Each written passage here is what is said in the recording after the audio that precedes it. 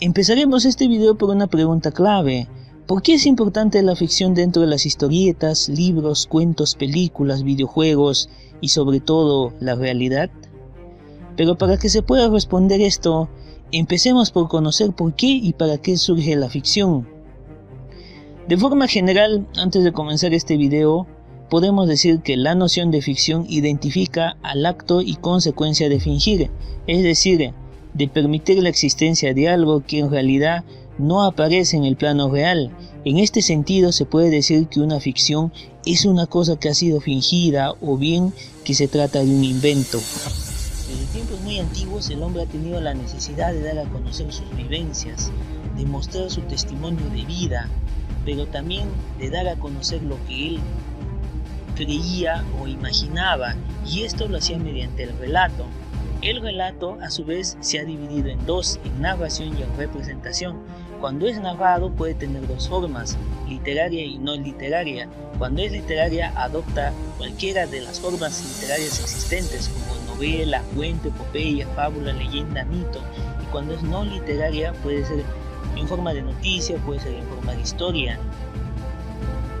Y la representación literaria se puede dar a conocer mediante las obras teatrales. Grecia clásica. En esta etapa se puede hablar de dos conceptos claves vinculados a dos de los filósofos más representativos de la antigua Grecia. Nos referimos a Platón y Aristóteles, que esos tíos han estado metidos en todo. Platón desarrolló el concepto de mímesis para referirse a las obras poéticas. Planteaba que estas eran imitaciones de la realidad y de las ideas puras, las cuales a su vez eran la base de todo lo que existía. Por su parte Aristóteles postuló: todas las obras literarias copian la realidad, de acuerdo con el principio de verosimilitud. Algo que debe quedar claro es que Aristóteles no dice que la literatura deba ser una imitación del mundo real, sino la imitación de las acciones de los hombres. Y en tiempos más modernos, el filósofo francés Paul Ricoeur, algo así, y francés no es tan bueno, dividió la mímesis en tres fases. La primera consiste en la estructuración del texto y la organización y presentación de la trama. La siguiente etapa gira en torno al propio desarrollo del contenido, mientras que la última fase es la reconfiguración del material que está a cargo de los lectores. Para que se entienda esto, un ejemplo que se me ocurrió sería Gótica o Gotham en inglés, ¿no? El cual es una ciudad ficticia donde se desarrolla la historia de Batman. Esta ciudad está plagada de muchas cosas y referencias reales. Es más, la ciudad parece otra gran ciudad o cualquier otra gran ciudad de los Estados Unidos.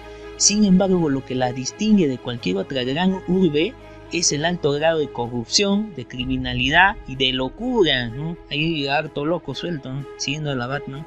Y por supuesto el mismo Batman, el cual es un vigilante nocturno que es muy complejo en toda su construcción como personaje. Otro concepto clave que surgió en estos tiempos fue el de diégesis, que se opuso al de mímesis. La principal diferencia es que la diégesis, a través de la figura de un narrador, desarrolla un mundo ficticio verosímil, cuyas convenciones pueden diferir de las del mundo real o incluso contradecirlas, mientras que en la mímesis las convenciones del texto pretenden apegarse a las convenciones sociales de diversa índole, como hablábamos en el caso de Gótica. Dicho de otro modo, un texto mimético busca reproducir hechos naturales o sociales, documentados, mientras que uno digético busca crear y obedecer sus propias reglas. Un ejemplo de esto sería Konoha o la aldea escondida entre las hojas, que es el hogar y el lugar donde se desarrolla el manga y anime de Naruto. Esta aldea tiene su propio sistema político y militar, el cual se apega a la construcción sociopolítica del mundo shinobi o mundo ninja, que es el entorno donde gira esta historia. Todas sus convenciones y tradiciones de diversa índole obedecen a su propia construcción narrativa. La poética de Aristóteles también introduce otro concepto muy relacionado con el anterior, el de catarsis. La tragedia, que es un género literario, al imitar acciones de personajes buenos que caen en desgracia, logra la implicación emocional del espectador, quien a través de la compasión y el miedo se purifica interiormente. Dicha reacción emocional tiene su base en la suspensión del juicio de la realidad con respecto a la acción trágica. Alguien muy consciente de la irrealidad de la obra no podría empatizar con sus personajes. Esta idea ha sido muy desarrollada desde la antigüedad, sobre todo en los personajes principales, que son vinculados por acciones y gestos heroicos, pero a su vez el héroe es el que más sufre, el que tiene que pasar por obstáculos sobrehumanos para alcanzar su camino, y esto ha sido un concepto que viene desde la Grecia antigua, si no recordemos a Hércules y otros héroes mitológicos, pero a su vez también es una característica de la literatura, y por supuesto de los cómics y mangas. El protagonista no está exento de pasar desgracias, sufrimientos y mil aventuras mientras encuentra su camino. Este sufrimiento es el que empatiza con el público lector. Si no, pensemos qué sería de Naruto sin el sufrimiento que le causó ser rechazado a causa del zorro de las 9 colas. O Batman, que perdió a sus padres a causa de lo caótico de Ciudad Gótica. O Superman, que perdió todo su mundo, etc. Bertolt Brecht fue un dramaturgo y poeta alemán que propuso alejarse del concepto de catarsis, que estaba vinculado a la emocionalidad del espectador, y propuso crear el teatro épico o teatro dialéctico, el cual debía estar más en contacto con las causas sociales.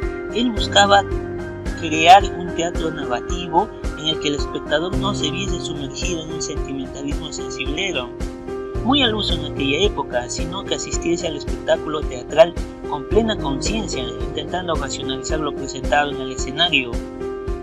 Brecht principalmente se vale para ello del efecto de alienación o efecto de distanciamiento, distanciar al espectador del drama al que está asistiendo. O sea, lo que quiere Brecht es que pienses y no solo sientas. Mediante esto adoptes una actitud crítica frente a lo que se narra. O sea, no deberíamos solo llorar o conmovernos, sino analizar qué hay más allá de lo que se presenta, porque al final cada historia tiene un trasfondo que puede resultar muy social y vinculado con nuestro devenir sociohistórico. Esto lo podemos ver en obras del cómic que son la base para la novela gráfica, como The Dark Knight Returns, donde su autor Frank Miller cambia el concepto de lo que se veía y se sabía de Batman hasta ese momento. O sea, si antes Batman era presentado bajo un tono infantil y hasta burlonesco, esta obra presenta una imagen muy oscura y hasta siniestra del personaje, que busca que el espectador sienta que esto puede ser real, puede ser tomado en serio, y presenta una ciudad gótica sumida en la corrupción y la delincuencia, a tal punto que un Batman ya mayor y destruido emocionalmente tiene que salir nuevamente a las calles. Irónicamente, termina generando que sus enemigos del pasado también vuelvan y den rienda suelta a su locura. El tono de esta serie de historietas es muy serio y a su vez ahonda en varios dilemas emocionales y morales. Pretende ir más allá del sentimentalismo del cómic. Pretende tocar las fibras de la realidad bajo una óptica ficticia muy madura. Narrativa y ficción. Aunque ficción y narración no son lo mismo, ya que no toda ficción es narrativa ni toda narración es ficticia, la narración es el modo predominante de introducirse en los mundos de ficción. Elementos. El narrador. El narrador es un personaje creado por el autor que tiene la misión de contar la historia. Hay diferentes tipos de narrador según la información que dispone para contar la historia y del punto de vista que adopta. Este puede estar en primera persona. Cuando está en primera persona se habla de narrador protagonista, que es el que cuenta su propia historia o su propia autobiografía, que esta puede ser real o ficticia. Podemos citar acá un personaje que fue muy popular a inicios de los años 2000, Pedro el Escamoso, el cual en su novela cuenta su propia historia y, como él mismo dice, solo cuenta lo que le conviene. Cuando está en segunda persona, el narrador crea el efecto de estar contándose la historia a sí mismo o a un yo desdoblado. Acá podemos citar a Doña Jimena, que es la esposa del mío Cid en la campaña de Age of Empires Conquerors. Narra la historia del Cid. Cuando está en tercera persona, el narrador puede adoptar dos figuras, el narrador observador y el narrador omnisciente.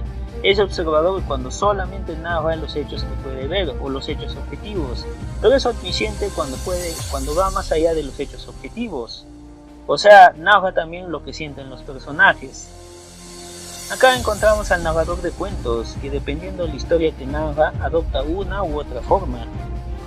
Los personajes de una narración tienen características que los definen y los hacen distintos a otros. Estos pueden ser de diverso tipo, hasta pueden ser animales o cosas. Cuando son animales o cosas, adquieren características humanas, o sea, pueden hablar, pensar, reír. El tiempo En un texto narrativo se indica el momento en el que sucede cada uno de los acontecimientos, pero también señala la duración de estos acontecimientos, o sea, puede ser al amanecer, durante una fiesta, etc., ¿no? El espacio es el lugar físico en el que se desarrollan los acontecimientos, puede ser la playa, el campo, el monte, etc., o el ambiente en el que transcurre la vida de los personajes. Acá puse la plaza de la ciudad de Lima, que puede ser un escenario para contar una historia. El pacto ficcional. El pacto ficcional estipula un acuerdo casi contractual entre el autor y el receptor de la obra, mediante el cual este último se permite la cesión del juicio de verdad. De esta manera tiene lugar la libre disposición de las reglas propias del mundo presentado, creadas por el autor. La existencia del pacto ficcional suspende la pregunta por la falsedad o no de la obra y permite la identificación catártica y la invención del receptor en el plano ficcional. Es importante notar cuán necesario es que el receptor sepa que está enfrentado a una ficción para que el pacto ficcional pueda cumplirse. Caso contrario, la ficción no tiene lugar como tal y el receptor se siente engañado, agredido, confundido. A modo de ejemplo, el pacto ficcional es el que nos permite sentarnos en el argumento de una película de animación en la que los personajes son juguetes, sin levantarnos de nuestros asientos, indignados por la mentira que el director ha querido vendernos. El antropólogo Dan Sterberg postuló que uno de los elementos claves para entender la ficción es sin duda el carácter simbólico de la misma. El simbolismo es un elemento cognitivo de aprendizaje que se aleja de la parte racional. En pocas palabras, gracias al simbolismo, entendido como un saber sobre el mundo que no es sometido a ningún tipo de verificación o que actúa de manera inconsciente en el sujeto, es que se cree que esto forma parte de su saber común, el que versa sobre el mundo, donde ese saber aparece como verdadero, es lo que denominamos la creencia. Por lo tanto, lo simbólico versa sobre los recuerdos y las palabras, y es gracias a esto que podemos entender lo sobrenatural y misterioso de la vida. ¿Por qué? Porque no nos cuestionamos, sino esto se vuelve una creencia, que de hecho antes del conocimiento científico, esta era la única forma de darle explicaciones a las cosas. Si no, recordemos a los mitos y las leyendas que cumplían ese rol. La primera como un elemento explicativo del origen del mundo y la segunda situada en momentos y sucesos históricos, pero ambos con un carácter fantástico. Por otro lado, el simbolismo puede adoptar dos formas, el inconsciente y el consciente. El inconsciente que acepta las explicaciones fantásticas y míticas sin someterlas a ningún tipo de duda, lo que denominábamos la creencia.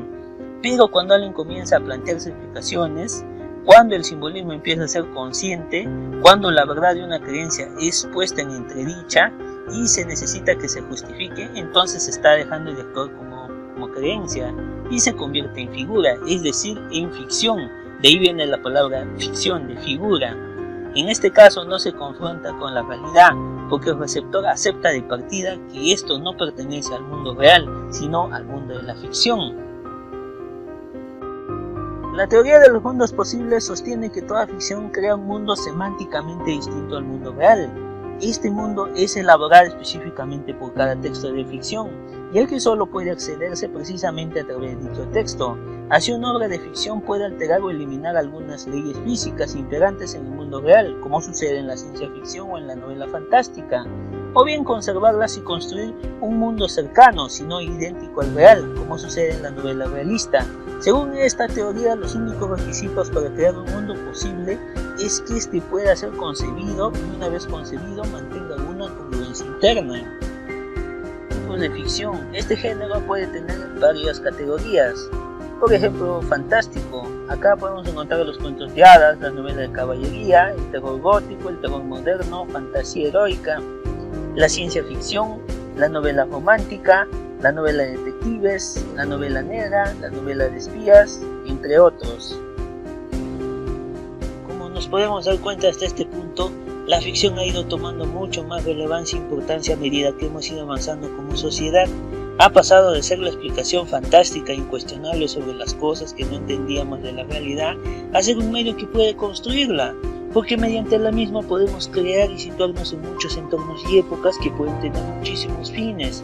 Y aunque sepamos que lo que vemos o presenciamos no es real, somos capaces de darle valor, de sentirnos identificados, pero también podemos crear conciencia mediante la misma, y por qué no, imaginarnos en entornos lejanos, construyendo otra realidad, pero bajo nuestros propios dilemas como sociedad.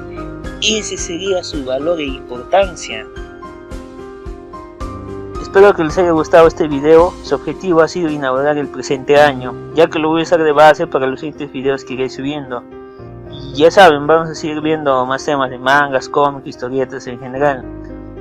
También mencionarles que tengo una sección en este canal dedicada a la historieta en el Perú, que les recomiendo ver si les interesa, ¿no? Bueno, es un tono más jocoso, un poco menos serio, ¿no? Así, y ya saben, ¿no? Como es un canal de historieta, obviamente tengo que presentar una historieta, si no, ¿qué chiste tendría, no? Así que les recomiendo ver Lobo el Solitario. También voy a dejar el link, o lo pueden encontrar en el canal, ¿no? Que está hecho bajo un formato que he denominado Shuma, que espero lo puedan ver, ¿no? Que está en 2 versiones, narrada y escrita. Nada, pues cuídense de la segunda ola, no salgan si no es necesario, y nos estaremos viendo, ¿no? Denme mi like, vean.